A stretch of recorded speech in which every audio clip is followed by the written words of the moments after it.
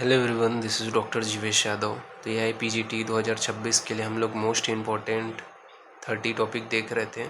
Series को continue करते हुए आज के क्लास में हम लोग टॉपिक नंबर 15 के विषय में बात करेंगे। स्टार्ट करते हैं। तो आज का जो टॉपिक है वो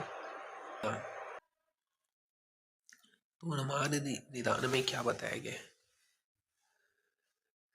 तो उन्माद के विषय में बताया गया है कि उपसर्ग पूर्वक मद धातु में घ प्रत्यय करने पर उन्माद शब्द बनता है। ठीक है, तो ये जो निरुक्ति है वो थोड़ा ध्यान में रखना। ठीक है, मेन चीज इसका अर्थ आपको ध्यान में रखना है कि दोषों का उन्मार्गी होकर मन में विभ्रम उत्पन्न करना। ठीक है, जो मनः स्रोतजन्य व्याधि है। तो दोषों का उन्मार्गगामी होकर मन में विभ्रम उत्पन्न करना, ये जो है आपको उन्माद है। और यह जो है मनोह स्रोतजन्य व्याधि है। इसका श्लोक याद रखना कि उन्मादः पुनः मनोबुद्धि संज्ञा ज्ञान स्मृति भक्ति शील चेष्टा विभ्रमा विज्ञात। ठीक है, तो उन्माद में क्या है, वो ये कि उन्मार्गी होकर के मन में विभ्रम उत्पन्न करके मनोह स्रोतजन्य व्याधि उत्पन्न करते हैं। उन्माद जो है, उन्माद रोग हीन सत्व वाले मनुष्य को ही होता है। तो उन्माद रोग क्या है, हीन सत्व वाले मनुष्य को ही होता है। स्मृति का नाश, ठीक है, किसमें होता है ये पूछा जाता है।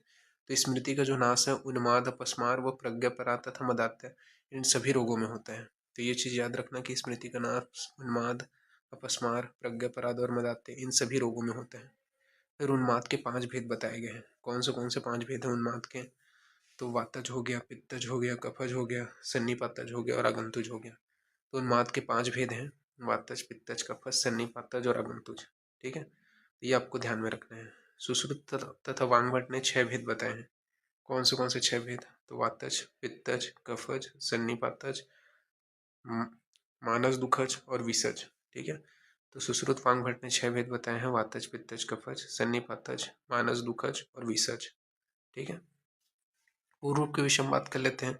तो पूर्व रूप में बताया गया है कि सिरा शून्य आता। ठीक है, क्या क्या लक्षण देखने को मिलेगा, तो पूर्व रूप के अंतर्गत सिरा शून्यता देखने को मिलेगा, चक्षु आकुलता देखने को मिलेगा, स्वप्न कर्णयों, ठीक है, स्वर्ण कर्णयों, इसके अलावा उच्छ्वास अधिक्य, उच्छ्वास जो है वो बढ़ जाएगा, हृदय ग्रह की उत्पत्ति होगी, अर्दित अतिकरण च व्याधि। ठीक है, तो अर्दित आदि जो व्याधि है उनकी उत्पत्ति बताया गया है।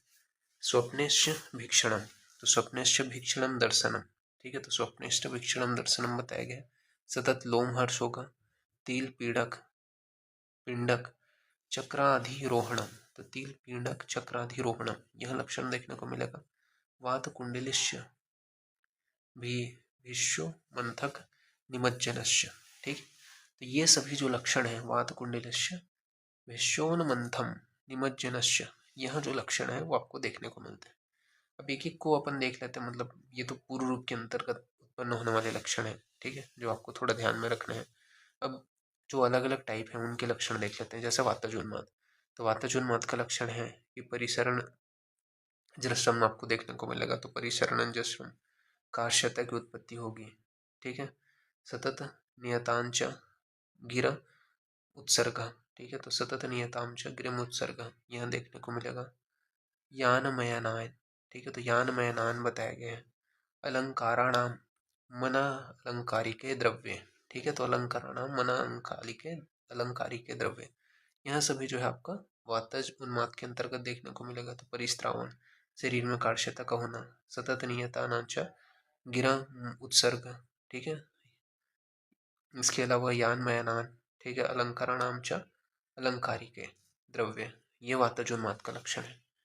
फिर पित्तजोन्माद के लक्षण क्या है, तो पित्तजोन्माद के लक्षण बताया गया कि शस्त्र लोष्ट काष्ठ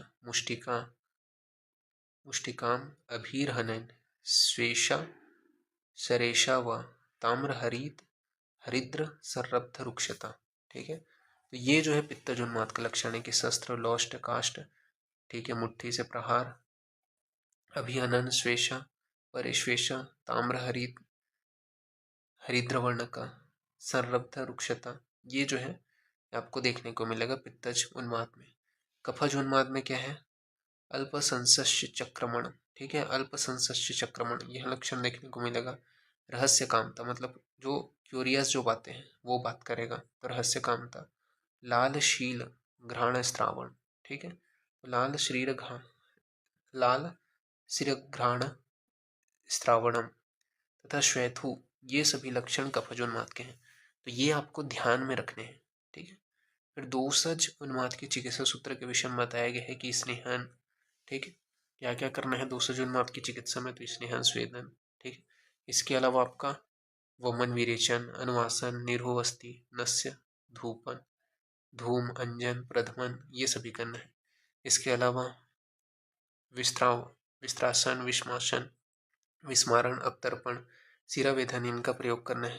भोजन विधानांचा यथास्व युक्त, यानी कि दोष अनुसार आहार का सेवन करना है, तो दोष अनुसार आहार का सेवन करना है, ये यहाँ पे बताया गया है। फिर बताया गया है आगंतुज उन्माद के पूर्व रूप। तो आगंतुज उन्माद के पूर्व रूप में बताया गया है कि देव, गो, ब्राह्मण और तपस्वी को मारने पीटने में रुचि होती है, ठीक है। तो देव, गो, ब्राह्मण व तपस्वी को मारने पीटने में रुचि होती है।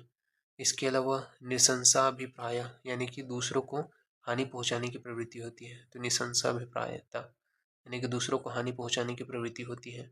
रोगी को ओज, वर्ण, कांति, बल और शरीर में हास्व हो जाता है, तो रोगी के ओज, वर्ण, कांति, बल और शरीर का हास्व हो जाता है, तो ये आगंतुज उन्माद के पूर्व रूप है।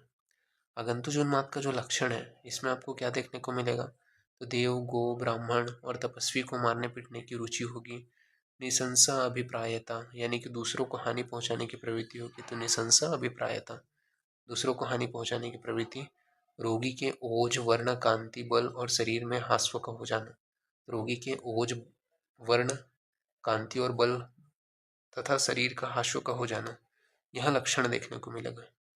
फिर आगंतुज उन्माद का जो लक्षण है वो बताया गया है कि रोगी के रुग्ण होने के पूर्व जो बल, वीर्य, पौरुष्य, पराक्रम, ग्रहण शक्ति, धारण शक्ति, स्मरण शक्ति, ज्ञान, वचन और विज्ञान यथा वह यकार बढ़ जाता है, तो उन्माद का उस समय अनियत रहता है। तो ये चीज़ याद रखना कि आगंतुज उन्माद का लक्षण है कि रोगी के रुग्ण होने के पूर्व जो बल, वीर्य, पौरुष्य, पराक्रम, ग्रहण शक्ति, धारण शक्ति, स्मरण शक्ति, ज्ञान, वचन और विज्ञान, ये एकाएक बढ़ रहे हैं, आयायक, ठीक है। तो वो क्या है, उस समय बढ़ जाता है, तो उन्माद का जो है समय अनियत रहता है, ठीक है। और आगंतुज उन्माद का जो कारण है वो प्रज्ञापराधी है, तो आगंतुज उन्माद का जो कारण है वो प्रज्ञापराधी है। भूतन उन्माद के 3 कारण बताए गए हैं, हिंसा, रति और अभ्याचर्य, यानी कि पूजन करना। तो भूतन उन्माद के 3 कारण हैं, हिंसा, रति और अभ्याचर्य, पूजन करना। साध्य उन्माद की चिकित्सा के विषय में बताया गया है कि साध्य उन्माद में क्या करना है, तो मंत्र औषधि का प्रयोग करना है, मणिमंगल आदि का जो है प्रयोग करना है, होम, नियम, प्रायश्चित, उपवास, ठीक है, स्वत्य यन, प्राणिपात, गमन, ये सभी कराने हैं। ये 5 प्रकार के जो उन्माद हैं उनको क्या है, नीच और आगंतुज, ये दो भेदों में से अथवा साध्य व असाध्य, ये 2 प्रकार से अपन डिवाइड कर सकते हैं, ठीक है। फिर उन्माद की चिकित्सा में बताया गया है, तो उन्माद का अर्थ होता है दोषों का उन्मार्गी होकर मन में विभ्रम उत्पन्न करना। तो उन्माद का अर्थ क्या है, दोषों का उन्मार्गी होकर के मन में विभ्रम उत्पन्न करना। उन्माद का निदान बताया गया है, क्या होता है निदान, तो विरुद्ध दुष्ट सूची भोजनानि, प्रघर्षण, देव, गुरु, द्विजना, उन्मादे हेतु भय, हर्ष, पूर्वो, मनोअभिघातो, विषमस्य चेष्टा। तो उन्माद का निदान क्या बताया गया है, चिकित्सक के अनुसार देख रहे हैं अभी, ठीक है। अभी तक निदान के अनुसार देखे थे, निदान स्थान के आधार, ये चिकित्सा स्थान के आधार पर बताया गया है कि विरुद्ध, दुष्ट, अपवित्र भोजन करने से, देव, गुरु, ब्राह्मणों का अपमान करने से, ठीक है, ये सभी कारणों या अत्यधिक भय, हर्ष या मानसिक आघात या विषम चेष्टा, ये सभी जो है उन्माद के निदान है। उन्माद की संप्राप्ति क्या बताया गया है, तो उन्माद की संप्राप्ति बताया गया, उन्माद और रोग हीन सत्वे, सॉरी, उन्माद जो रोगी होता है वो हीन सत्व वाले मनुष्य को ही होता है, ठीक है। तो यहाँ पे आपका क्या बोला गया है कि तैर अल्पे सत्व मला प्रदुष्टे, बुद्धि निर्वास हृदय प्रदुष्य, श्रोतांस अधिष्ठेन मनोवाहनी, प्रमोहयंतंसु नरस्य चेते, ठीक है। तो ये उन्माद की संप्राप्ति है। इसमें स्मृति का नाश किसमें किसमें होता है? अभी हमने ऊपर में भी देखा था कि उन्माद, अपस्मार, प्रज्ञापराध और मदात्या, इन सभी रोगों में स्मृति का नाश आपको देखने को मिलता है। फिर उन्माद का लक्षण बताए गए हैं। क्या क्या लक्षण है? तो धी विभ्रम, सत्व परिप्लवश्य, पर्यायकूल, दृष्टिधीरश्य, अवबद्ध, वात वाकत्व हृदयं च, शून्यम, सामान्य उन्माद, गदस्य लिंगम। ठीक है, यानी कि धी विभ्रम। ठीक है, यानी कि जो आपका धी धृति स्मृति है उसमें विभ्रम हो जाना। ठीक है, मतलब धी धृति स्मृति में विभ्रम प्रज्ञापराध है, और धी विभ्रम ये जो है उन्माद का लक्षण है। तो ये इस पे याद रखना कि धी विभ्रम उन्माद का लक्षण है, धी धृति स्मृति विभ्रम प्रज्ञापराध का लक्षण है, मनोभ्रंश जो है वो उदान वायु की दृष्टि का जो है लक्षण है। मन का भ्रमित होना, नेत्रों में व्याकुलता का आना, और असंबद्ध प्रलाप व हृदय में शून्यता। तो मन का भ्रमित होना, नेत्रों में व्याकुलता का होना, असंबद्ध प्रलाप और हृदय में शून्यता, ये उन्माद का लक्षण है। उन्माद जो है उसके 5 प्रकार बताए गए हैं: वातज, पित्तज, कफज, सन्निपातज और अगंतुज। सुश्रुत ने 6 भेद बताए हैं, तो ये चीज याद रखना। चरक ने 5 भेद बताए हैं: वातज, पित्तज, कफज, सन्निपातज और अगंतुज। जबकि सुश्रुत और वांगभट ने 6 भेद बताए। उन्होंने वातज, पित्तज, कफज, सन्निपातज, मानस दुखज और विसज विसज उन्माद बताया है तथा मानस दुखज बताया है। तो ये लक्षण है। अब यहाँ पे एक एक जो उन्माद है उसके क्या क्या स्पेसिफिक जो लक्षणों से क्वेश्चन आते हैं वो देख लेते हैं। जैसे वातज उन्माद का लक्षण है, क्या है आपका?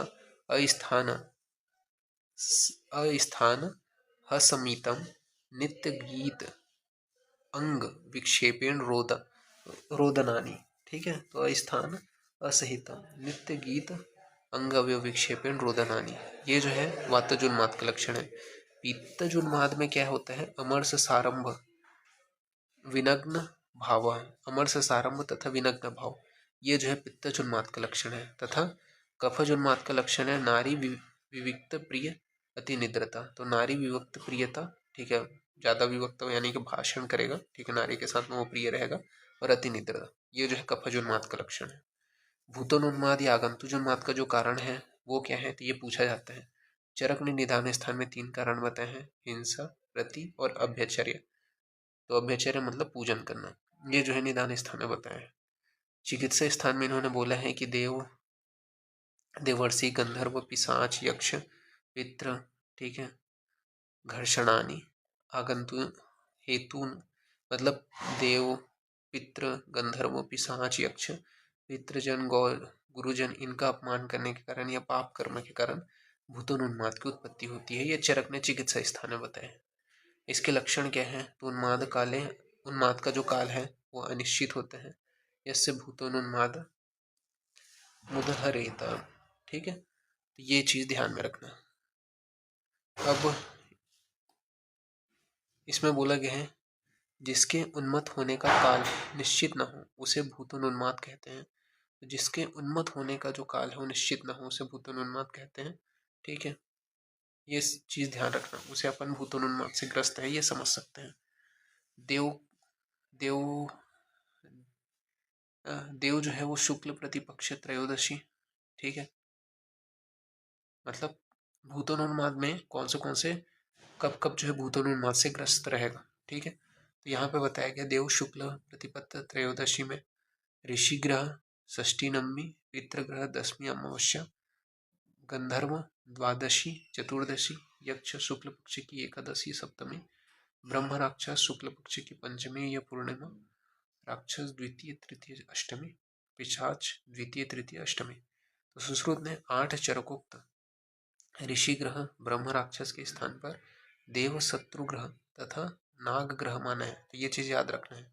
सुश्रुत ने 8 चरकोक्त ऋषि ग्रह व ब्रह्म राक्षस के स्थान पर देव ग्रह, देव शत्रु ग्रह व नाग ग्रह माना है। भाव प्रकाश ने भूतोन्माद को औपसर्गिक रोग माना है तथा वांगभट ने 18 इसके प्रकार बताए हैं: देव, दैत्य, गंधर्व, सर्प, यक्ष, राक्षस, ब्रह्म राक्षस, पिशाच, प्रेत, कुष्मांड, निषाद, औकिरण, बेताल, पितृ, गुरु, वृद्ध, ऋषि, सिद्ध ग्रह। तो ये 18 भेद बताए हैं भूतोन्माद के वांगभट ने, तो ये याद रखना। फिर उन्माद की चिकित्सा सूत्र के विषय में बात कर लेते हैं। तो उन्माद के चिकित्सा सूत्र बताया गया कि उन्माद में सर्वप्रथम स्नेह स्वेदन वमन, ठीक है, कफज में, विरेचन, पित्तज में तथा अनुवासन व निरुवस्ति और नस्य कराते हैं। यदि उपरोक्त चिकित्सा से लाभ न हो तो तीक्ष्ण नस्य अंजन तीक्ष्ण अंजन और ताड़न का प्रयोग करते हैं। ठीक है। भूतोन उन्माद में विशेष रूप से दैवोपाश्रय चिकित्सा की जाती है। ठीक है। और तर्जन, त्रासन, दान, हर्षण, सत्व, भयन, विस्मय, वित्सेन, हैतेव नरिष्यन्ति प्रकृति मना। ठीक है। तो ये यहाँ पे बताया गया। साथ ही साथ घृत व मांस का सेवन यहाँ पे बताया गया है। तो घृत मांस विवृतम व निवाते स्थाय सुप्तम त्यक्ता मति स्मृति भ्रम संज्ञा। तो उन्माद की चिकित्सा सूत्र में क्या क्या चीजें बताई गई है। तो उन्माद की चिकित्सा सूत्र में बताया गया कि उन्माद में प्रथम स्नेहन, स्वेदन, वमन, कफज में, विरेचन, पित्तज उन्माद में, अनुवासन, निरुवस्ति, नश्य कराते हैं। यदि उपरोक्त चिकित्सा से लाभ न हो तो तीक्ष्ण नस्य अंजन तीक्ष्ण अंजन और ताड़न का प्रयोग करते हैं। तो ये चीज ध्यान में रखना है। साथ ही साथ बताया गया है कि भूतोन उन्माद में विशेष रूप से दैवोपाश्रय चिकित्सा की जाती है। साथ ही साथ तर्जन, त्रासन, दान, हर्षण, सत्वन, भयन, विस्मयोपयन, ये सभी चीज किया जाता है। घृत व मांस का प्रयोग के विषय में भी बताया गया है कि घृष्मास वितृप्ते व निवाते स्थायेन सम यत् कृत्वा मति स्मृति भ्रंश संज्ञा लब्ध प्रमुचेत। यानी कि आगंतुक उन्माद में दैवोपाश्रय की चिकित्सा का प्रयोग करना चाहिए। ठीक है। जिसमें अपन देव, ऋषि, पितृग्रह, गंधर्व, ठीक है, इसमें बताया गया है मत्स्य बुद्धिमान वर्जते अंजनादीनाम तीक्ष्ण क्रूर कर्मच। यानी कि देव, ऋषि, पितृ, गंधर्वजन्य उन्माद में तीक्ष्ण ताड़न, नस्य अंजन लेप और त्रासन निषेध बताया गया है। फिर उन्माद व अपस्मार की चिकित्सा में सम्यक जो कारण है वो यहाँ पे बताया गया है। उन्माद और जो अपस्मार है उसकी चिकित्सा में सम्यक कारण बताया गया कि उन्मादम तच्च कर्तव्यम सामान्य हेतु दुष्येत। उन्माद और अपस्मार के दोष दुष्य समान होने से उन्माद में अपस्मार नाशक चिकित्सा का प्रयोग करना चाहिए। उन्माद में चिकित्सकीय योग के विषय में बात करें तो हिंगवादी घृत, ठीक है, इसका प्रयोग करना है। तो इम्पोर्टेंट हिंगवादी घृत, उसके कंटेंट क्या है तो हींग, सवर्चल, व्योश, गोमूत्र सिद्ध घृत, ये सभी इसके कंटेंट है। साथ ही साथ कल्याणक घृत, तो कल्याणक घृत में 28 द्रव्य होते हैं। तो कल्याणक आदि मिदम सर्पी श्रेष्ठ पुनर्वशेन शुच, ठीक है। महाकल्याणक घृत में 21 द्रव्य हैं। तो कल्याणक घृत जो होते हैं उसमें विशाला, त्रिफला, कौंतिक, देवदारू, एलवालुकम, ये सभी आता है। महापैशाचिक घृत का प्रयोग करते हैं। तो महापैशाचिक नाम घृतम में तद यथा अमृतम, ठीक है। साथ ही साथ यहाँ पे बताया गया कि स्नेहन, स्वेदन, मृदु विरेचन, वातानुलोमन, निरुहस्ती, दीपन, पाचन, औषध, नस्य और धूम्रपान का प्रयोग करना चाहिए। लहसुनाग्नि घृत जो है उसका प्रयोग करने के विषय में बताया है। तो लहसुनाग्नि घृत में बोला है कि 100 छीले हुए लहसुन पान, अभ्यंग एवं नस्य रूप में उपयोग कर सकते हैं। इसके अलावा आपका बताया गया कि पुराण घृत, तो पुराण घृत में आपका उग्रगंधा, पुराण शाद, 10 वर्ष स्थितम घृतम, यानी कि 10 वर्ष पुराना जो घृत है उसको चरक सुश्रुत ने पुराण घृत की संज्ञा दी है। चरक सुश्रुत और योग रत्नाकर ने, जबकि 1 वर्ष जो पुराने हैं उसको भाव प्रकाश ने दिया है। गुण में उग्रगंधी, ठीक है। पुराण घृत कैसा होता है, इसका गुण उग्रगंधी होता है, त्रिदोषग्न होता है, ग्रहनाशक होता है, रस इसका कटुतिक्त होता है। प्रपुराण घृत जो होता है वो 10 वर्ष से अधिक पुराना जो घृत है उसे प्रपुराण घृत कहा जाता है। इसका वर्ण कैसा होता है तो लाक्षारस के समान होते हैं। इसका वीर्य शीत होता है। इसका प्रयोग जो है वो सर्वग्रह में मेध्य रोग में विरेचन कराने में इसका प्रयोग करते हैं। फिर 100 वर्ष पुराना जो घृत है उसे बताया गया कि सर्वग्रह पहम तथा अंजन, उत्सादन, आलेप एवं नस्य के रूप में प्रयोग करते हैं। ठीक है। तो सर्वग्रह पहम बताया है 100 वर्ष पुराने घृत को अंजन, उत्सादन व आलेप के रूप में प्रयोग करते हैं। फिर कुंभघृत को बताया गया कि 100 वर्ष पुराना जो होता है उसे योग रत्नाकर ने कुंभघृत बताया है, और 10 वर्ष पुराना को कुंभकृत बताया है चक्रपाणि ने। इसका उपयोग रक्षोघ्न कर्म के लिए किया जाता है। इसके अलावा महाघृत जो है उसको 100 वर्ष के बाद का जो घृत है, 100 वर्ष के बाद का जो घी है उसे सुश्रुत ने महाघृत बोला है। इसे सर्वभूतहर, बल्य, पवित्र, मेद्य व तिमिर नाशक बताया है। इसका उपयोग कहाँ पे करते हैं तो जरा, याति, सर्पी, गुणवत्स्य तथा, ठीक है, ये हरित ने बोला है, सॉरी। फिर सिद्धार्थक अगत का प्रयोग बताया है, तो सिद्धार्थक आदि जो अगत है उसका वस्तुमूत्र की भावना देते हैं उसमें, ये चीज ध्यान रखना। सिद्धार्थक घृत जो है उसमें गोमूत्र की भावना देते हैं, इनका प्रयोग यहाँ पे बताया गया है। नौ सिरावेधन तो उन्माद, अपस्मार व विषम ज्वर में संक प्रदेश व केशांत संधि में स्थित सिरा का वेदन करते थे। ये इंपॉर्टेंट है कि उन्माद, अपस्मार व विषम ज्वर में संक प्रदेश व केशांत संधि में स्थित सिर का वेदन करते हैं, सिरा का वेदन करते हैं।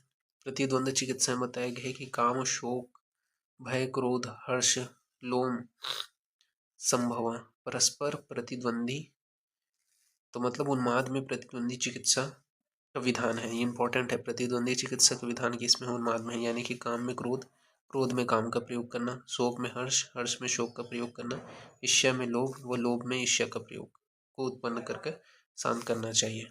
श्वासन चिकित्सा में बताया गया कि उन्माद में आश्वासन चिकित्सा का विधान है, ठीक है, तो ये चीज ध्यान रखना। तो इस प्रकार से ये निदान के विषय में बात करेंगे, ठीक है।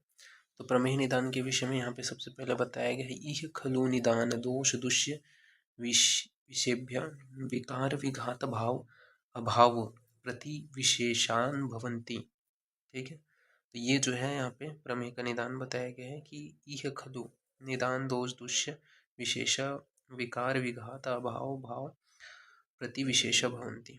फिर प्रमेय जो होता है उसमें बोला गया है त्रिदोष प्रकोपक निमित्त विशंति प्रमेय भवंती, ठीक है। त्रिदोष प्रकोपक होता है और 20 प्रकार के बताए हैं। प्रमेय के भेद के विषय में बात करें तो चरक, सुश्रुत, वांगभट ने कितने भेद बताए हैं तो 20 भेद बताए हैं। तो चरक, सुश्रुत, वांगभट ने प्रमेय के 20 भेद बताए हैं। प्रमेय के निदान के विषय में बात करें तो ग्राम में अनूप और औदक मांस सेवन करने की वजह से श्लेष में मेद मूत्र संजनन करने वाले आहार विहार का सेवन करने के कारण, तो ये जो है प्रमेय का निदान है कि ग्राम में अनूप और औदक मांस का सेवन करना, श्लेष में मेद मूत्र संजनन करने वाले आहार विहार का सेवन करना।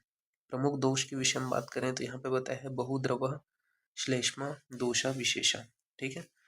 अब इसमें प्रमुख रूप से प्रमेय के दुष्य कितने हैं तो 10 बताए गए हैं। कौन से हैं तो रस, शोणित, मांस, मेद, मज्जा, शुक्र, ओज, वसा, लसिका, शरीरज जो क्लेद है वो, ठीक है।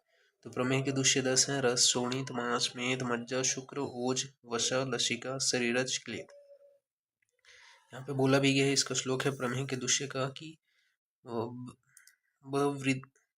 यहाँ पे बताया गया है ब्रहीबद्ध मेदो माशा शरीरज क्लेद शुक्र शोणित वसा मज्जा लसिका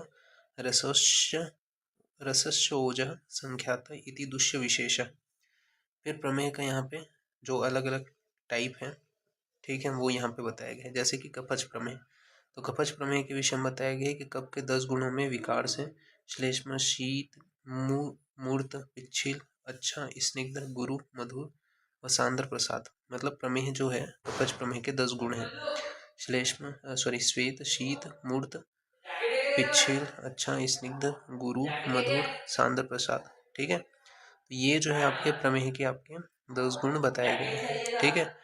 अब इसमें भी अपन बात करते हैं उदक में है, ठीक है, मतलब एक एक का जो है यहाँ पे लक्षण बताया गया। जैसे उदक में है तो उदक में हमें आचार्य चरक ने बताया है कि अच्छा बहु शीत, शीतम निर्गंध उदकोपम, ठीक है। तो जो व्यक्ति है उसका मूत्र की क्वालिटी क्या है तो अच्छा बहु शीत, शीतम निर्गंध उदकोपम। सुश्रुत ने बताया है उदक में है, बताया है उदक में है, ठीक है, सुश्रुत ने भी। इसके बाद में सेकंड बताया है इच्छु में है। तो चरक ने बोला है अत्यर्थ मधुरम शीतम ईशत पिच्छील अविलम कांडेक्षु रस संकाशम, ठीक है। तो अत्यर्थ मधुर, शीत, ईशत पिच्छील, अविल, कांडेक्षु, रस संकाशम जो है स्त्राव होता है मूत्र का, ये इच्छु में हमें चरक ने बताया है, जबकि सुश्रुत ने इच्छु वाली का में बोला है। फिर उसके बाद में सांद्र में के विषय में चरक ने बोला है, यस्य युषितम मूत्रम सांद्री भवती भाजने। ठीक है, तो यस्य पयूषितम मूत्रम सांद्री भवती भाजने, सांद्र मूत्र का जो है त्याग करता है जो रोगी है वो, ये यहाँ पे बताया गया।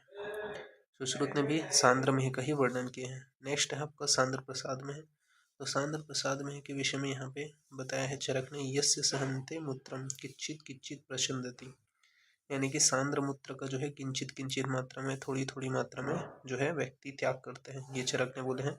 सुश्रुत ने सांद्र में के स्थान पे सुरम है बताया है। नेक्स्ट है आपका शुक्ल में, तो शुक्ल में के विषय में चरक ने बोला है, शुक्लम पिष्ट निभम मूत्र भिक्षणम यह प्रमेहति। ठीक है, तो शुक्ल वर्ण का जो पिष्टि के समान जो मूत्र है उसका त्याग करते हैं, और इसके स्थान पे जो है पिष्टि में है जो है वो चरक सुश्रुत ने बताया। नेक्स्ट है आपका शुक्र में, तो शुक्र में बोला है शुक्राव शुक्र मिश्र व मुहूर में हति यो नरा। ठीक है, तो शुक्राव वम शुक्र मिश्र व मुहूर हति यो नरा, ये जो है चरक ने बोला है, सुश्रुत ने शुक्र में ही बताया है।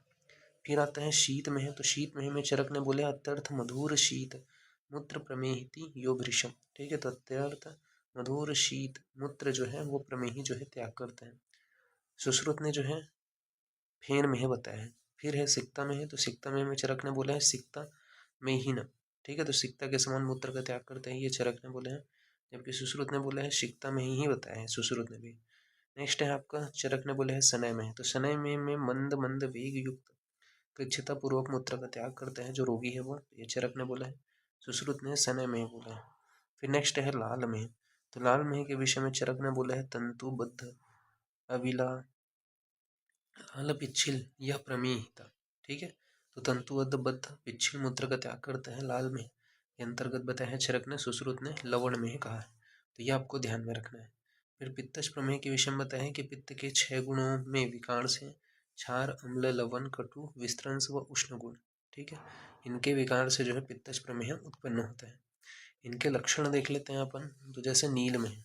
ठीक है, कौन से हैं, तो 6, नील में है, हरिद्रा में है, काल में है, क्षार में है, मंजिष्ठा में है, रक्त में है। तो नील में के विषय में आचार्य चरक ने बोला है कि चास पक्ष निभम मूत्रम अम्ल में यो नरा। ठीक है, तो ये जो है यहाँ पे बताया है कि चास पक्षम निभम मूत्रम अम्ल में यो नरा। साथ ही साथ यहाँ पे जो सुश्रुत है उन्होंने नील में ही बताया है। नेक्स्ट है हरिद्रा में है, तो हरिद्रा के समान जो मूत्र है उसका त्याग करते हैं, तो हरिद्रा को पाऊँ संकाशम कटु स प्रमेहीन। ठीक है, तो हरिद्रा के समान कटु जो मूत्र है उसका त्याग करते हैं, ये चरक ने बोला है, सुश्रुत ने भी हरिद्रा में ही बताया है। नेक्स्ट है काल में है, तो काल में के विषय में चरक ने बोला है मसी वर्ण मज्रसा यो मूत्र मुष्ण प्रमेहिति।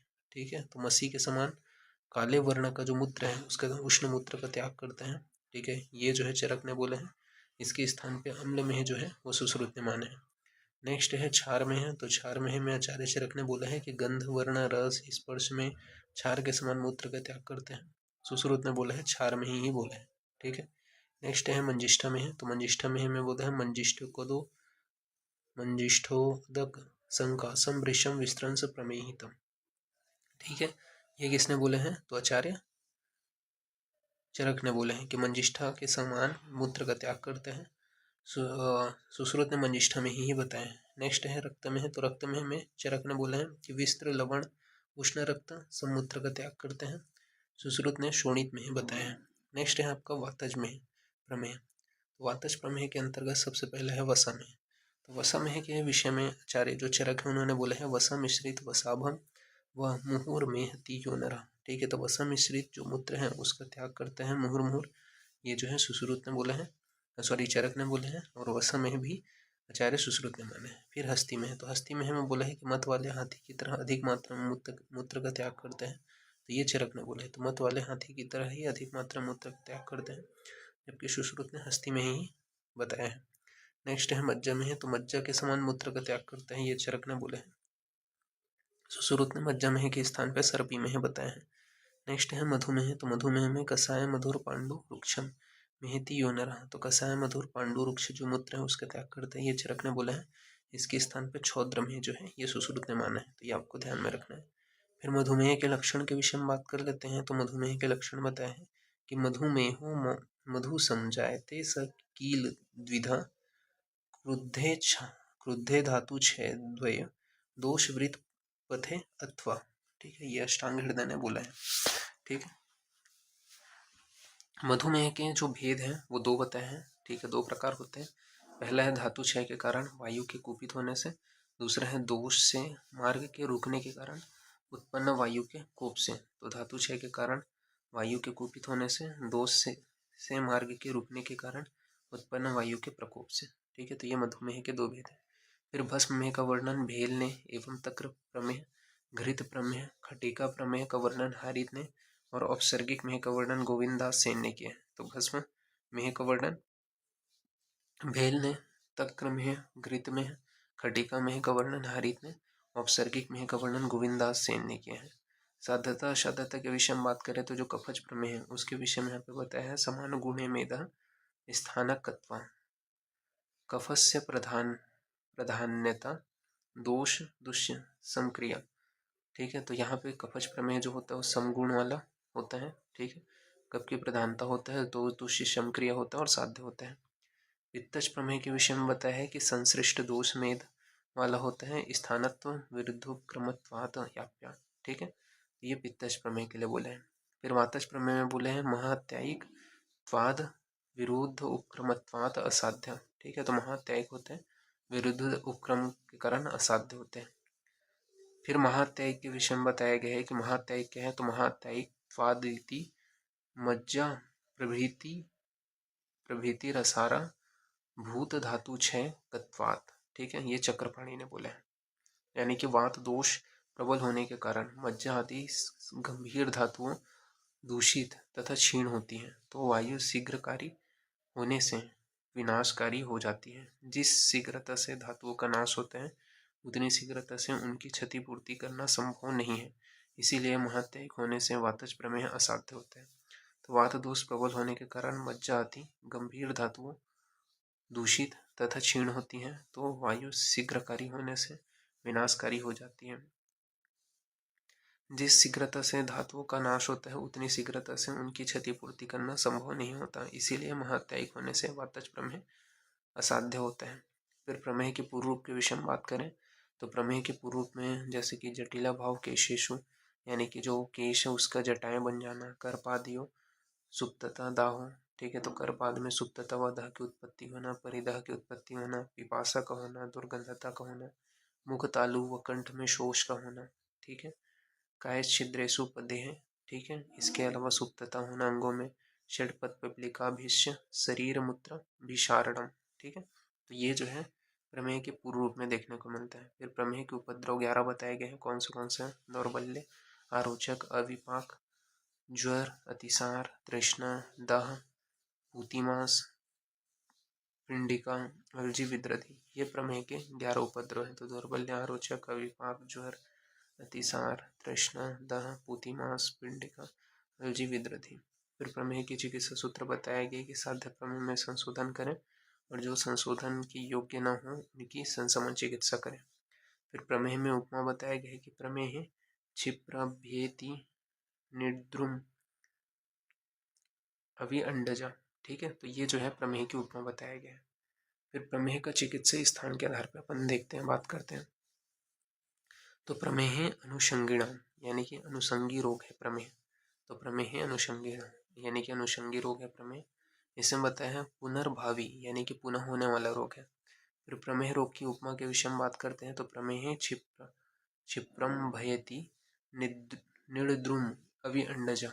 ठीक है, तो ये यहाँ पे प्रमेय रोग का उपमा दिया गया।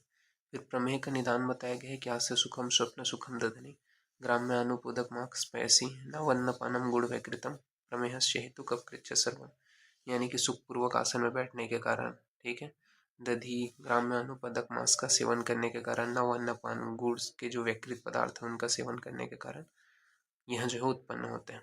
प्रमेय की संप्राप्ति बताया गया कि प्रकोपित वात पित्त और कफ जब मेदो धातु के साथ संयुक्त होकर मूत्र व स्रोतस का अनुसरण कर नीचे की ओर जाकर बस्ती के मुख को घेर कर प्रमेह को उत्पन्न करते हैं। तो प्रकोपित वात, पित्त और कफ जब मेदो धातु के साथ संयुक्त होकर मूत्र व स्रोतसों का अनुसरण कर नीचे की ओर जाकर वस्ती के मुख को घेर कर प्रमेह को उत्पन्न करते हैं। पर सुश्रुत ने निदान स्थान में बताया है प्रमेहस्तु व्यान अपान प्रकोपजा, यानी कि व्यान और अपान वायु के प्रकोप से प्रमेह की उत्पत्ति सुश्रुत ने बताया है। तो ये पूछा जाता है कौन से वायु के प्रकोप से प्रमेह की उत्पत्ति होती है। तो ये आपको याद रखना है कि व्यान व अपान वायु के प्रकोप से प्रमेह की उत्पत्ति बताया गया है। फिर प्रमेह के दोष हैं 3, वात, सपित्त, पवनश्च दोष, यानी कि प्रमेह में त्रिदोष मुख्यतः कफ दोष के कारण होता है। फिर बताया गया बहुद्रव्य श्लेष्म दोष विशेष, सर्व एव सर्व दोष समुत्थ सपिंडिका भी। तो सुश्रुत ने बोला है कि सभी प्रमेह एवं प्रमेह पिंडिका त्रिदोषज होते हैं। तो सुश्रुत ने बोला है सभी प्रकार के प्रमेह व प्रमेह पिंडिका त्रिदोषज होते हैं। फिर प्रमेह के 10 दोष्य बताए गए हैं, रस, रक्त, मांस, मेद, मज्जा, शुक्र, ओज, अम्बु, वसा, लसिका। ठीक है, श्लोक में भी वही चीज है, हमने ऊपर में भी देखा कि वह बद्ध मेदो मास सरील जल क्लेद शुक्र शोणित वसा मज्जा लसिका रसस्य संख्याता इति दुष्य विशेषा। ठीक है, तो ये 10 दुष्य हैं, रस, रक्त, मांस, मेद, मज्जा, शुक्र, ओज, अम्बु, वसा और लसिका। फिर प्रमेह का पूर्व रूप बताया गया है स्वेदो अंग गंध शिथिलंगता च सय्यासन स्वप्ने सुखे श्यति हनेन जीवा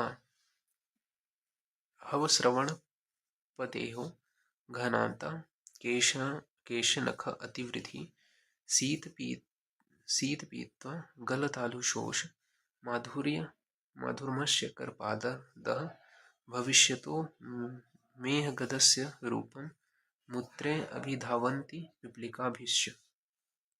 यानी कि क्या है कि प्रमेह के पूर्व में कि स्वेद का आना, ठीक है, स्वेद अंग गंधस्य अंगों का शिथिल होना, संयन होना, स्वप्न सुखन बताया गया है, अन्न जीवा श्रवण पाददह, ठीक है, जो केश नख हैं उनकी अतिवृद्धि का होना, शीत प्रीत होना, गल तालु शोष का होना, माधुर्यता का होना, करपाद में दह का होना। ठीक है, ये सभी जो है पिपलिका की उत्पत्ति होना मूत्र में, ये सभी प्रमेह के पूर्व रूप में है। तो केशा नाम नखा नाम च अभिवर्धनम ये राजस्यमा का लक्षण है, जबकि आपका घनांगता केश नख अतिवृद्धि ये जो है प्रमेह का पूर्व रूप है। फिर माधव निदान ने बताया है कि दंतादीनाम मलाड्यत्व प्रागुपम पाणिपादयो दहिश्चिकणात् देहे दृढ़ स्वादस्य च जायते। ठीक है, तो ये माधव निदान ने बताया, तो ये आपको याद रखना है। सुश्रुत ने क्या बताया, तो हस्तपाद तल में दह का होना, तो हस्तपाद तल में दह का होना, मधुर शुक्ल मूत्रता का होना, तो मधुर शुक्ल मूत्रता का होना, तालु गला जीवा दंतेशु मलोत्पत्ति, तो तालु गला जीवा दंतेशु मलोत्पत्ति, केसा नाम जटिला भावन, ठीक है, तो केसों का जटा बन जाना, नखा नाम वृद्धश्य, ठीक है, तो नखों की वृद्धि, ये सुश्रुत ने बताया है। फिर सामान्य लक्षण क्या बताया, तो सामान्य लक्षण तेषां प्रभूत विलम मूत्रता, ठीक है, ये अष्टांग हृदय ने बोला है। साध्यता असाध्यता के विषय में बात करें तो साध्य कपोत दश पित्तज सर्डेयाप्य न साध्य पवन चतुष्क, यानी कि कफज प्रमेह जो होते हैं दोष दुष्य समक्रियत्वाद वो साध्य होते हैं, पित्तज प्रमेह जो दोष दुष्य विषम क्रियत्वाद वो याप्य होते हैं, वातज प्रमेह जो महात्यायिक होने से असाध्य होते हैं। फिर प्रमेह के भेद 20 बताए हैं सुश्रुत, चरक, वांग भट्ट, माधव, सारंगधर ने। कफज प्रमेह के विषय में बात करें तो चरक अनुसार उदक में है जलोपमम, इच्छु में है इच्छु रसोपमम, सांद्र में घन मूत्र का त्याग होता है, सांद्र प्रसाद में घन चौपरी विप्रसन्नम, शुक्ल में शुक्ल मूत्र का त्याग करता है, शुक्र में शुक्र मूत्र का त्याग करता है, शीत में शिशिर मूत्र का त्याग करता है, सिक्त में बालुका युक्त मूत्र का त्याग करता है जो रोगी है वो, और सनय में सनय मूत्र का त्याग करता है, जबकि लाल में लाल मूत्र का त्याग करता है। ठीक है, तो ये चरक ने बताया। सुश्रुत ने उदक में है, इच्छु वालिका में है, ठीक है, सांद्र में है जो है, इसके अलावा आपका सूरा में है, पिष्टिका में है, सॉरी पिष्टि में है, शुक्र में है, फेन में है, सिक्ता में है, शनय में है और लवण में है बताया। जबकि वांग भट्ट ने उदक में है, इच्छु में है, सांद्र में है, सूरा में है, पिष्टि में है, शुक्र में, सिक्ता में, शीत में, शनय में, लाल में बताया, तो ये आपको ध्यान में रखना है। फिर पित्तज प्रमेय की विषम बात करें तो चरक अनुसार नील में है, नीलम नील मूत्र का त्याग करेगा। हरिद्र में हरिद्र मूत्र का त्याग करेगा। काल में काला मथित मूत्र का त्याग करेगा। क्षार में क्षार के समान मूत्र का त्याग करेगा। मंजिष्ठा में मंजिष्ठा के समान मूत्र का त्याग करेगा। और रक्त में रक्त के समान मूत्र का त्याग करेगा। तो ये बताया है। जबकि सुश्रुत ने नील में है, हरिद्र में है, अम्ल में है, क्षार में है, मंजिष्ठा में और रक्त में माना है। पांगभट्ट ने नील में है, हरिद्रा में है, काल में है, क्षार में है, मंजिष्ठा में व रक्त में माना है। तो ये आपको याद रखना है। फिर वातज प्रमेय की विषम बात करें तो चरक अनुसार वसा में वसा मिश्रित मूत्र का त्याग करते हैं। जबकि लसिका में लसिका मिश्रित मूत्र का त्याग करते हैं। मज्जा में मज्जा के समान मूत्र का त्याग करते हैं। और मधुमेह में ओज मिश्रित मूत्र का त्याग करते हैं। सुश्रुत ने वसा में है, वस्ती में है, सर्पी में, छौद्र में बताया। और वांगभट्ट ने भी वसा में है, हस्ती में है, मज्जा में और मधुमेह बताया। तो ये आपको याद रखना है। चिकित्सा के विषय में बात कर लेते हैं। प्रमेह की चिकित्सा, तो ये इंपॉर्टेंट है, इसका श्लोक याद रखना कि स्थूल प्रमेहि बलवाहने कृशस्थ है परिदुर्बलश्च सव्रीणम तत्र कृशस्य कार्य संशोधनम दोष बलाधिकस्य। यानी कि स्थूल प्रमेय में संशोधन द्वारा चिकित्सा करें और कृश प्रमेय में संशमन चिकित्सा करते हैं। तो स्थूल प्रमेय में संशोधन द्वारा चिकित्सा करते हैं और कृश प्रमेय में संशमन के द्वारा चिकित्सा करते हैं। इन संतर्पण के विषय में बताए गए ऊर्ध तथा अर्धश्च मलेन अपीनिते महेशु संतर्पणमेव कार्यम अर्थात जब ऊर्ध्व और अधः मार्ग से मल का शोधन न हो जाए तब प्रमेह में संतर्पण का प्रयोग करना चाहिए। तो जब ऊर्ध्व और अधः मार्ग से मल का संशोधन हो जाए तब क्या है, प्रमेह में संतर्पण का प्रयोग करना चाहिए। फिर स्थूल प्रमेह के संतर्पण में युक्ति बताया गया है कि गुल्म क्षयो मेह वस्तिशूलम मूत्र गृहस्याप्य तर्पणेन न प्रमेहिणी स्यु परितर्पणानि कार्याणि तस्य समीक्ष्य वहित्वम्। यदि बलवान प्रमेही के संशोधन के पश्चात उसका संतर्पण किया जाए तो उससे उसमें वायु की वृद्धि होने से गुल्म, क्षय, मूत्रमार्ग और वस्ती में वेदना और मूत्र अवरोध हो सकता है। यदि बलवान प्रमेही के संशोधन के पश्चात उसका तर्पण किया जाए तो उससे उसमें वायु की वृद्धि होने से गुल्म, क्षय, मूत्रमार्ग और वस्ती में वेदना और मूत्र अवरोध हो सकता है। फिर चरक मतेन प्रमेही रोगी में संशोधन उत्तर सही चिकित्सा उपक्रम परितर्पण है। तो ये आपको ध्यान में रखना है। फिर प्रमेह में पथ्य बताया गया है कि यव प्रधानस्तु भवेत प्रमेही, यानी कि प्रमेह में मुख्य रूप से यव ही भोजन कराना है। फिर प्रमेह और मूत्रगत रक्त पित्त के भेद के विषय में बात करें तो हरिद्र वर्ण रुधिरम च मूत्रम विना प्रमेहस्य ही पूर्व रूप है। यो मूत्रेत न वेदते रक्तस्य पित्तस्य ही सप्रकोपा। प्रमेह के पूर्व रूप के बिना जो रोगी हल्दी अथवा रक्तवर्ण का मूत्र त्याग करे उसको प्रमेह नहीं रक्त पित्त समझना चाहिए। तो प्रमेह के पूर्व रूप के बिना ही जो रोगी हल्दी अथवा रक्तवर्ण का मूत्र का त्याग करे उसको प्रमेह नहीं रक्त पित्त का समझना चाहिए। फिर संसमन योग के विषय में बताया गया है। तो यहाँ पे संसमन योग में बताया है दर्वी सुरा त्रिफला समुस्ता कषायमुत्त क्वाथ पीवते प्रमेही, यानी कि दारू हरिद्रा, देवदारू, त्रिफला, मुस्तक, क्वाथ, मधु इनका प्रयोग करना चाहिए। फिर बोला है छौद्रेण युक्त अथवा हरिद्र पिबेद रसेन आम्लकी फलानाम, यानी कि हरिद्र चूर्ण को आम्लकी स्वरस के साथ पीना चाहिए। तो हरिद्रा चूर्ण को आम्लकी स्वरस के साथ पीना चाहिए। आचार्य चरक अनुसार कफज प्रमेह और पित्तज प्रमेह नाशक 10-10 कषाय योग बताए गए। तो आचार्य चरक अनुसार कफज प्रमेह और पित्तज प्रमेह नाशक 10 कषाय योग बताए गए। फिर स्नेह के विषय में बताया गया कि वातज प्रमेह में स्नेह कराना चाहिए, उदाहरण के लिए त्रिकंटकाग्य स्नेह। फिर विरुक्षण के विषय में बताया गया है कि पित्तज एवं कफज प्रमेह में विरुक्षण कराना चाहिए। तो वैध्येन पूर्व कफ पित्तेषु महेशु कार्येण तर्पणानि, यानी कि पित्तज एवं कफज प्रमेह में पूर्व में अब तर्पण निर्दिष्ट है। ठीक है। फिर प्रमेह में पेय द्रव्य कौन से हैं तो विजय सारोदक, कुंशोदक, मधुदक, त्रिफलारस, सिधु, माध्विका, मदिरा का पान कराना चाहिए। इसके अलावा यहाँ पे वही चीज़ बताया है। फिर प्रमेय में चिकित्सकीय योग के विषय में बात करें तो चरक ने फल त्रिकादिकवाद का सर्व प्रमेय बताया है। ठीक है। इसके अलावा मध्वासव को कफ पित्तज प्रमेय में 2 बल की मात्रा में प्रयोग करते हैं। लोद्रासव, दंत्यासव, भल्लाता का प्रयोग बताया है प्रमेय की चिकित्सा में चरक ने। सुश्रुत ने प्रमेय में शालसल आदि अवलेह लोहा रिष्ट का प्रयोग बताया है। इसके अलावा स्थापन में सुरसा आदि व न्योग्रोध आदि गण का प्रयोग करने के विषय में बताया है। प्रमेय पीड़िका में धन्वांतरघृत व नवायस लौह का प्रयोग बताया है। साथ ही साथ मधुमेह में शीलाजत्तु, माक्षिक, तुअर तेल का प्रयोग करना है। वांगभट ने इलादि गण से व्रण रोपण करने के लिए बोला है व आर्घवाद आदि गण से उदावर्तन के लिए बोला है। इसके अलावा अशन आदि गण से स्नान व परिषेक बताया है। साथ ही साथ वत्सक आदि गण से अन्नपान के विषय में बताया है।